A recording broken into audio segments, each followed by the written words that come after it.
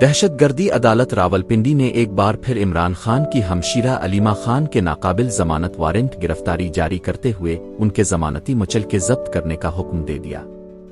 علیمہ خان سمیت 11 ملزمان کے خلاف 26 نومبر کے احتجاج پر درج مقدمے کی سماعت انسداد دہشت گردی عدالت راولپنڈی کے جج امجد علی شاہ نے کی۔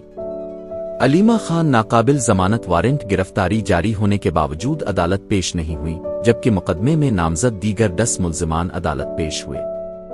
عدالت نے علیمہ خان کی غیر حاضری پر ان کے 1 لاکھ روپے کے ضمانتی مچلکے بحق سرکار ضبط کرنے کا حکم جاری کرتے ہوئے ان کے ضامن عمر شریف کو شوکاز نوٹس جاری کر دیا۔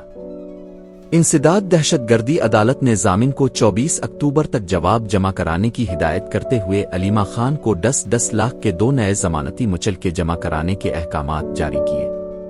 عدالت نے ایس پی راول محمد سعد اور ڈی ایس پی نعیم کو بھی توہین عدالت کا شوکاز نوٹس جاری کرتے ہوئے دونوں پولیس افسران کی جانب سے علیمہ خان کے روپوش ہونے کی رپورٹ کو بوگس قرار دے دیا اور دونوں پولیس افسران کو 24 اکتوبر کو ذاتی حیثیت میں طلب کر لیا۔